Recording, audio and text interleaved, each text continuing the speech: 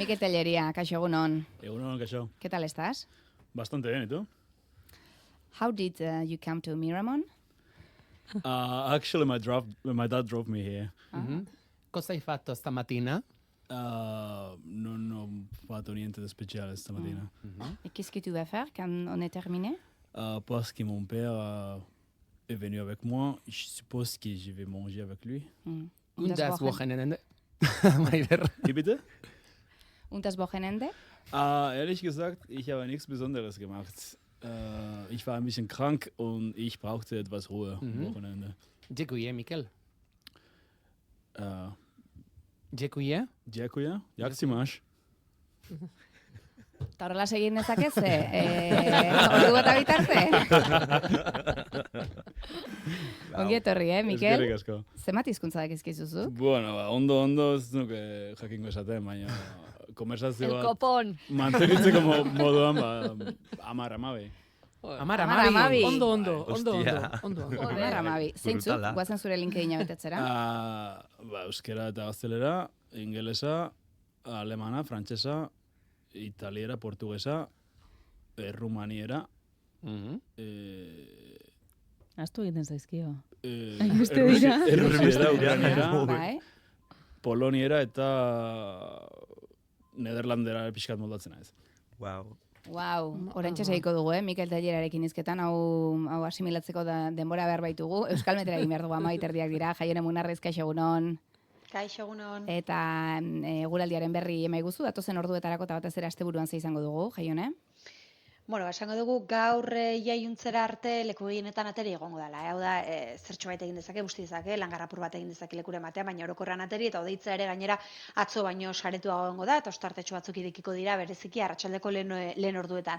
Ondoren ordea, gaualderako fronte bat iritsiko da, zerua estalita geldituko da, eta eguna bustitik amaituko da, euria denera zabalduko da, eta ugariagoa izango da Kantauri isurialdean. Beraz, larun bata bustitik hasiko dugu, eta horrelaxe joango da eguna orokorrean, bereziki Kantauri isurialdean. Ipar-mendebaldeko haizea ere bizi ibiliko da, haizelekuetan, herriberan ere ziertzoa temati ibiliko da, beraz, haizea nahiko desatsegina izango da, eta horrek are gehiago giroa hoztuko du, ez? Maksimoak bihar, 8 eta 12 gradu artekoak izango dira, mendi garaienak ere zuritu laitezken, 1200-1400 metro artean ibiliko baita elur maila, eta arratsaldeak aurrera ginala, Araba eta Nafarroa erdi eta hegoaldeko leku askotan ja atertu egingo du, baina Kantauri isurialdean gehiago kostako zaio, Igandean antzemango daia hobekuntza ipar partean, goizaldean oraindik lanborroa pixka bat egin dezake, baina goizak aurrera ginala, ipar-ekialdeko haizearekin, frantziparrarekin, zerua garbitu ze joango da, eta arratsaldean bai denean, eguzki giroa gailenduko dela, eta igandetik aurrera ja temperatura poliki-poliki igotzen joango da. Jaione Munarriz, eskerrik asko, eta asteburu on. Berdin, agur. Faktoria.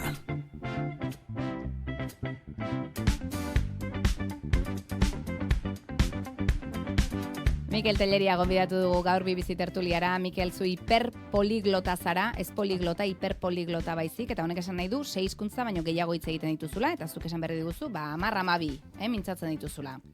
Bai, hori da. 10 hizkuntza euskara duzu. Bai. Eta hortik aurrera, noiz eta nola zinen, nola gehitu zenituen zakura hizkuntzak?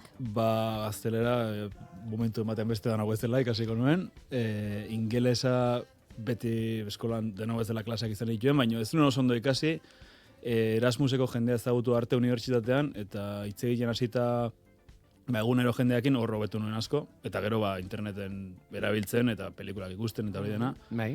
Egizan aurrela ikasi nuen, eta klaseekin ez nuen asko betu, eta gero... Markatu, ingelesa ez zeu Erasmus joan da, baizik eta unibertsitate garaian kanpoko atzerritar jende inguruan tokatu zitzaizulako? Hori da, Erasmusen sinesteko zaila balima dara inoiz ez nintzen joan, zetik. Ez naiz inoiz oso ikasle hona izan, eta ez zidaten notak eman Erasmusen joteko. Baina, bueno, moldatu naiz. Mapa mundi hartuta, edonora joan zaitezke Erasmusa egitera. Guain ja bai, baina garai batean ez, ikasle garaian ez. Ikasi zer ikasi zenuen ba? Ikasi egin nuen turismo aurrena eta gero itzulpengintza. Turismo eta itzulpengintza, eta beraz, kanpotik etorritako Erasmus ikasleekin trebatu zinen ingelesean. Hori da. Gainerakoan nola iritsi ziren zure bizitzara? Frantsesa, alemana eta... Frantsesa eta alemana klaseak izan dituen unibertsitatean baita, eta klaseekin egia esan ez nuen asko hobetu. baina gero baita jendeakin hitz egiten hasita, eta batez ere irakurtzen eta pelikulak ikusten hasita, irrate entzuten, podcastak eta horrela, eta musikarekin hola ikasi nuen gehiago. Eta Maiderek esan duenaren bidetik pentsatzen dugu gaztelera eta frantsesa ikasita, italiera eta portugesa nahiko errez iritsi zirela edo... Bai, egia esan, gero nintzen Berlinen bizitzen urtebete, eta hasiera batean ez nuen ezagutzen eta hasi nintzen begiratzen, nola ez dut jendea, eta egitarau diferenteak eta hola, eta bat ikusi nuen hizkuntza interkambio bat alemana eta italiera, eta nizan, alemana hitz egiten dut, orduan, humoraiz, eta alemaneko Alemanieko iztun bezala emantzen nuen izena. Hori da. Eta orduan, lehenengo honen ez nuen ulertzen, nahiko ondo ulertzen nien, baina ez nuen ez erritz egin. Claro. Hasi nintzen, kontrolatu nintzen, ikusi nuen tipo bat zegoela notak apuntatzen eta galdetu nion da, zertan naiz eta ez dakizkiten hitzak eta erabiliten ditutenak idatzen ditut eta gero ikasten ditut eta hurrengo asterako ja ikasi eta ekartzen ditut. Eta pesaten, ez da idea txarra. Orduan, hasi nintzen hitzen ordez esaldi osoak, edo esan nahi dituten gauzak dena idazten. Eta oso azkar horrekin nahiko maila txukuna konversazio bat izateko italiera hilabete gutxitan hartu nuen, Berlinen bizitzen ari nintzela. Galder galegoa eta zeuk italianoa. Berlinen. Berlinen gauza askotako ematen du, bai. Ja, ikusten dugu, bai. Biztan da. Gero hor badaude, ez dakit Errusiera, Ukrainera, Errumaniera. Horiek ere Berlinen izan ziren, baita. Bai. Berlinen hori danak urtebetean. Praktikak nazio batuetan egintzen dituen. Ez, baina bizinitzen Berlin ekialdean, lehen Berlin Alemania ekialdekoa zena. Eta hor bizi da jende asko Sobietar Batasuneko herrialdetakoak, Sobietar Batasuneko herrialdeak zirenetakoak.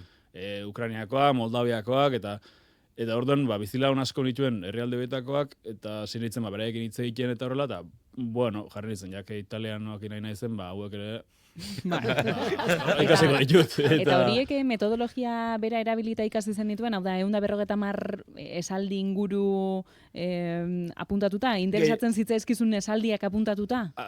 Gehiago azkenean, baina bai, esaldiak idazten jun. Azkenean, italieraz esan nituen esaldiak idazten marituen, da gero itzultzaietik pasa eta ikasi, esaldi berdinak itzultzaietik beste hizkuntza batzera pasatzea eta baita ikastea etzan hainbeste lan. Orduan hasi nintzen hori egiten. Eta sarri izan ezko aukera jendeakin hitz egiteko, esaldiak etxean praktikatu, jendeakin hitz egin, esaldi gehiago idatzi, praktikatu, berriz hitz egin jendeakin, eta nahiko errez hartzen duzuna maila bat, ez maila altu bat, azterketa bat aprobatzeko, baina, pixka bat hitz egiten egoteko, bai. Ze esaldi dira? Zeintzuk apuntatu behar dute dugu? Oso izan behar dute esaldi, gauza askorako balio dutenak, hori da.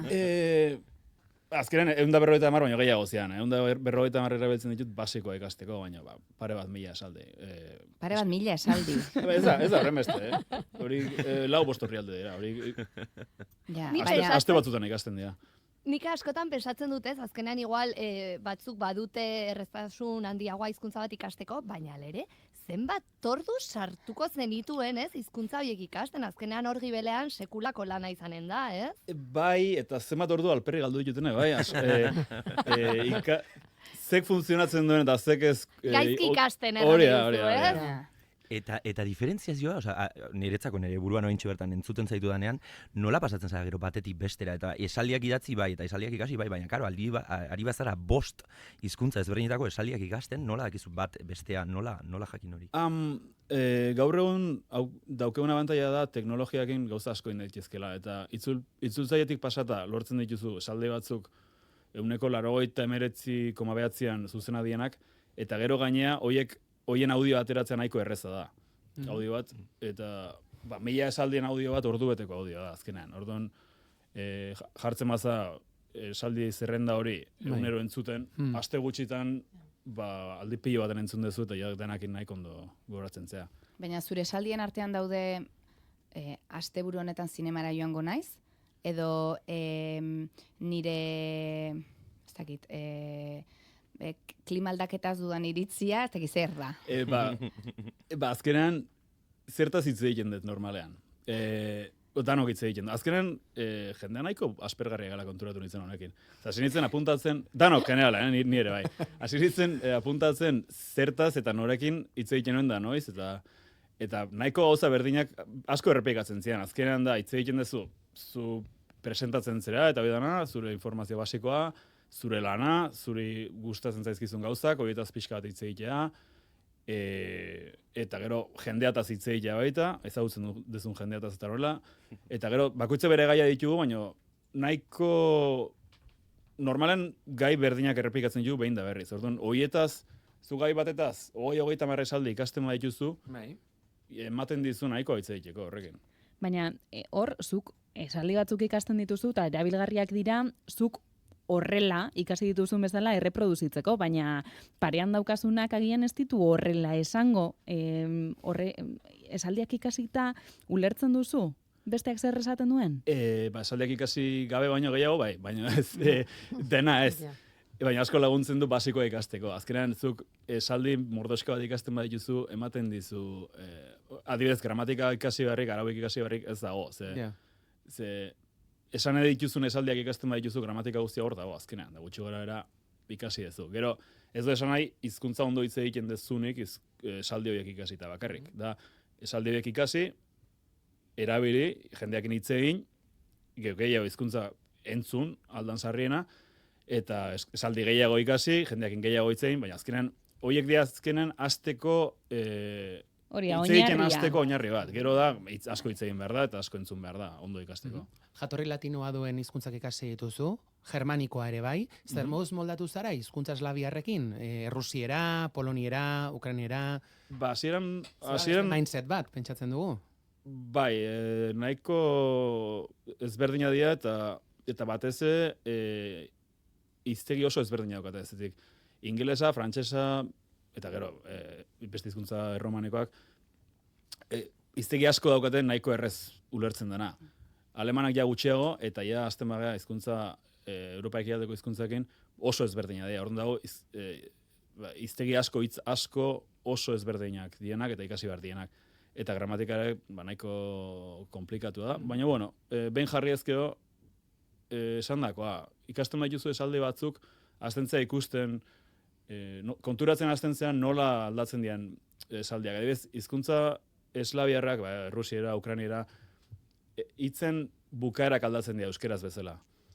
Gramatika, esango nuke euskeratik antzekoa dela, hizkuntza erromanikoetatik, baina. Orduan, hori konturatu nintzenen, baina, bueno, Bai, logika bat ikusi zenion. Bai. Eta zein da hizkuntza bat hitz egiten duzula esateko gutxieneko maila? Azterketa bat genditzea, hizkuntza horretan ligatzea, pelikula bat ikusita ulertzeko gai izatea. Amestea, diote. Galdera hori oso, ez dakit, hori erantzunen emateko gai naizenik, baina azkenan hori ni jende asko... Bakoitzaren pertzepzioa. Bai, hori da. Azkenan zertarako behar duzun ere, bai. Nik askotan pentsatu dut, ez bazara profesionala hizkuntzetan, osea, zuretzako zuk nahi duzuna da hitz egin. Berdin dizu igual, akatsen bat egiten bauzu, nahi duzuna da komunikatu eta jendearekin egon, ez? Eta hori ezberdina da. Liburu bat itzuli behar baldin bauzu, bentsat ezberdina da, ez? Hor beste kontu bada. Hori da, gauza bada, itzultzaile bezala hizkuntza hortatik edo hortara, hizkuntza hortan lan egin izatea, bai hizkuntzara itzultzen edo hizkuntzatik hortarako maila oso altua behar da. Baina, konversazio bat izateko askoz gutxiagokin ematen dizu. Balimadak izu, konfiantza pixka balimadezu, hori garrantzitsua dela baita, bildur hori kentzea hitz egiteko, eta balimadak izu esan nahi dezuna gutxienez, hitz egiten dezu, hola? Lotxak ez du bat ere lagunduko, ez? Hizkuntzak ikasteko garaian. Ez, esan ez.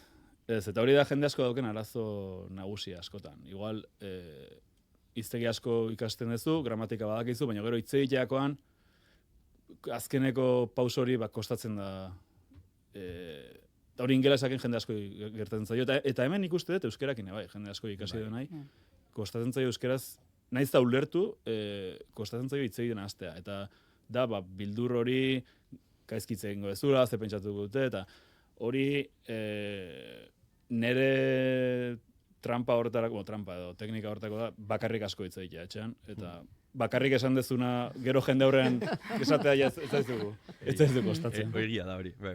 Bizilagune pentsatutuko dute, beran zero bizia. Zema lagun dauzka, bizilagunak. Baina, bueno, funtzionatzen du. Eta Mikel, nik alderatxoa daukate, nik beti pentsatu izan dut, hizkuntzatik ikasteko ere bai, behar dela igual herri alde horretara joan, ez, pixkat kulturaz buzti, eta dena pixkat hobeto ulertzeko. Karo, zuk ez duzu izan denborarik Berlinen bizi izan zinen, baina ez duzu izan denborarik leku guzti horietan bizitzeko, ez? Ez. Negunak ere 24 ordu ditut, ez naiz leku bidanetan bizi, eta ez da gutxiagoke. Baina, nik uste dut, herrialdera joatea bizitzea lagundu dezakeela, segun ze egiten dezun, baina baita, jende asko gertatzen zaio herrialde batera joan bizitzea, pensatuz horrela ikasiko dutela hizkuntza eta gero ez du funtzionatzen. Ja. Eta hori da, ez dagoelako ez airean hor arnastuta ikasten dezulako hizkuntza. Ojalá, baina ez. Bai. Eta hizkuntzak erdoiltzen dira. Baita. Zuk nola egiten duzu hori? Praktikatzen zoaz, nola praktikatzen duzu? Ez dakit, lagunak dituzun herrialde bakoitzean, edo nola egiten duzun hori? Normalean egiten dena eta errezena da asko entzutea. Denetan daukat programaren bat, podcasten bat, edo zerbait entzuten dutena sarri. Orduan, batzutan ahazten zaizkit batzuk eta asteak egoten naiz hizkuntza bat praktikatu gabe, baina normalean saiatzen naiz astero denetatik pixka bat entzutea. Horrek ez du esan nahi, azkenen hitz egiteta entzutea ez da berdina. Gauza badala, ondo ulertzeko gai izatea, eta gero hitz egiteko, balimazoatz, hilabeteak hitz egin gabe, kostatzen da hasierako minutu batzuk behintzat, edo ordu pare bat gero ja berrialdean zaudenean, edo jendeakin zaudenean berriz bueltatzen da, baina ni normalen saiatzen naiz, bideoa balimadet, edo jendeakin egon behar balimadet, hizkuntza hori hitz egiten duena, beti ez dago prestatzeik, baina saiatzen naiz aste batzuk lehenago, edo egun batzuk lehenago behintzat pixka bat nire esaldiak berriz altuan esaten, eta pixka forman jartzen berriz. Eta zuk esan duzu, nire egunak ere 24 ordu ditu. Zure 24 orduko egunean, astean, hizkuntza guztiak errepasatzen dituzu. Zer daukazu, egutegi eta ordutegi moduko bat? Bueno, nik ez naiz oso organizatu normalean, baina saiatzen naizena da, beste gauza batzuk egiten nahi naizenean jarrita edukitzen, zerbait entzuteko, orduan ezakit, garbiketa egiten, edo sukaldatzen, edo kirola egiten, eta hitzen naiz zerbait podcasten bat entzuten. Orduan, jada zerbait, antolatu gabe ja bakarrik irtetzen zait hori egitea, orduan horrekin esfortzu handirik gabe praktikatzen ditut hizkuntzak. Arantzak harrituta begiratzen dizu. Bai. Gainera, pentsatzen dugun, ez da, adibidez, norbait, gaztelania nahi du ikasi, ez da, Bilbon ikasi du, Donostin ikasi, eta gero, horrekin jun Sevilla aldera, zakit, esango nitzuek, edo inglesa, Londresen ikasi, eta gero Eskoziara jun, diferentziako horiek nola? Hori ez dago besteik, hori da ikasi behar da. Netzako, lehenengo beti ez bazea zuzenan horrea juten eskualde hortara, edo azentu hortan hitz egiten duten lekura ez bazea bizitzea juten betiako edo horrelako zerbait, beti komeni da lehenengo hizkuntza nahiko estandarra ikastea, dena ulertzeko moduan. Euskara batua, Hori da. Bai. Eta gero hortik, balimauk ez du interesa, ja hori dominatzen dezunean, edo maila dezente bat dezunean, interesa dezun lekukoa ikastea. Baina beti ez da posible. Baina hori beti gertatzen da. Eta balduzu helburu berririk? Asko. Esan ditut hizkuntza batzuk, gero beste proiektu batzuk baditut, baita fallidoak, edo gelditu denak Bai. Edo aspertuta, edo... Ez duke jakingo... Arabiera adibidez, hasi nintzen, eta... Arabieran arazoa da, arabiera asko daudela. Eta ofiziala bezala dana, adibidez, hemen ez du inorrak hitz egiten. Eta nik lagunak baditut Marokokoak, baina beraiek hitz egiten dutenak, oso ezberdina da, eta hori ikasteko ez dago funtzionatzen duen itzultzailerik edo ezer. Orduan ezin dituen materialak sortu. Orduan, galditu zen, pixka bat, bai, jartzen banaiz hitz batzuk egiten ditut, baina ez nuen inoiz ikasi, nire esaldiak ezin dituen ikasi. Orduan ezin nuen, nire sistemak ez duen funtzionatzen. Vale. Adibidez. Eta horrela beste batzuk izan ditut, baina bueno. Oain ikasteko nahi dut gaeliko irlandesa ikasi, aurten. Nik klase Beste bat bai. izan nuen gaelikoana. Klase bai. Bai, erakutsi ziguten, euskara irakasten hasi nintzenean, erakutsi ziguten klase de txok edo nola sentitzen zen hizkuntza ulertzen ez zuen persona batek, deus ulertzen ez zuen norbaiten larrutan jartzeko, eta oso interesgarria izan zen, nola zuk aditzen eta errepikatzen, baina ez naiz deustaz oroitzen, baino... Eta erabili zuten, adibide bezala, ez zer ulertzen ez duzun hizkuntza bat. Hori da, eta paratu zuten gaelikoa.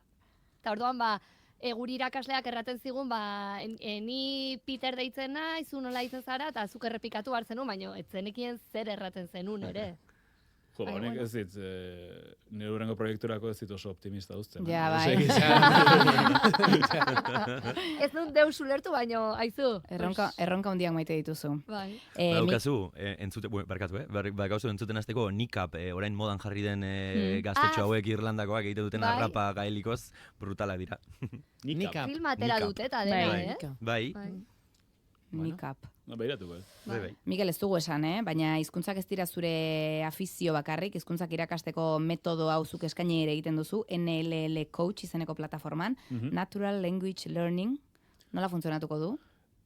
Nahiko simplea, sistema honik nik hizkuntzak ikasteko erabili detena horrekin irakasten dut. Azkenean da, hilabeteroko plan bat, eguneroko ariketekin, denak dira praktikoak, esaldiak ikastea, esaldiak prestatzea lehenengo zure esaldiak, ze nire esaldiak, nire konversazio gaiak eta nire egoerak eta nire noiz hitz egiten dutan zeinekin, esaldi horiek ikastea beste norbaitek, egizan batzuk balioko dizute, baina beste askok ez. Orduan, zure esaldi zerrenda prestatzea eta gero nola ikasi horiek, hori da, teoria ikasi gabe, gramatika ikasi gabe, horrelako ezer gabe. Beste jolas bat egin nahiko genuke zurekin, Mikel. Horretarako, erabiliko dugu gure lagun bati behin egin zioten, orduan zen lan elkarrezketa bat, bai? Orain gaur zuri egingo dizugu. Gure lagun honek ere hizkuntza asko hitz egiten zituen, eta akademiako zuzendariak esan zion kontatzeko azken oporraldia adibidez, baina kriskitina jotzen zuen bakoitzean hizkuntza aldatu behar zuen. Kontakizunarekin jarraitu. Vale. Bai? Azken oporraldia, pelikula bat, liburu bat, azken oporraldia ondo? Azken oporraldia, bai.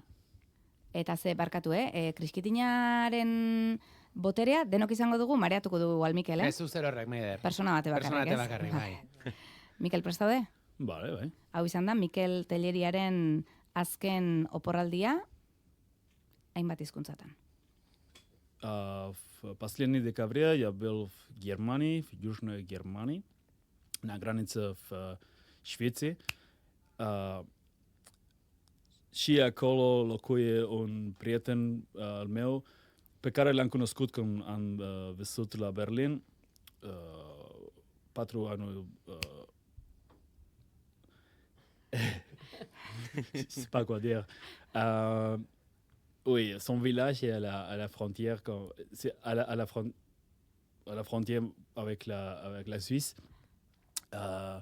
Et j'y suis allé là pour une semaine et nous avons visité la Suisse. Und dann wir haben Weihnachtsmärkte besucht und ich habe viele Geschenke für meine Familie dort gekauft. Das war im Weihnachten. Und es war sehr interessant. Wir haben auch... Azkenekoa. Temos também comido comida tradicional alemã, restaurantes tradicionais muito bom. Gostei muito disso. Eu não sei o que mais posso dizer. É muito difícil fazer isso. Mikel bejon deizula, eta zorionak. Ez da erreza, hola. Ez, gainera, kontakizuna egiten joan behar zara, eta pentsatu behar duzu zer kontatu nahi duzu. Bai, eta Mikel, ekarri beretugu BCBLkoak, ona. Zure buruan hemen elektrodoa ekarri, eta zure burmuinean gertatzen ari dena aztertzera. Ederki, Mikel Telleria, hiperpoliglota, eskerrik asko. Zue, eskerrik asko. Garko bisitagatik, nll.coach, zure berri jakin nahi duenak, zure metodo ezagutu nahi duenak, eta 150 esaldi komodin sortuta hizkuntzak ikasten hasi nahi duenak, hortxe du aukera. Mikel, eskerrik asko, Zue. Das bidania, Mikel. Das bidania.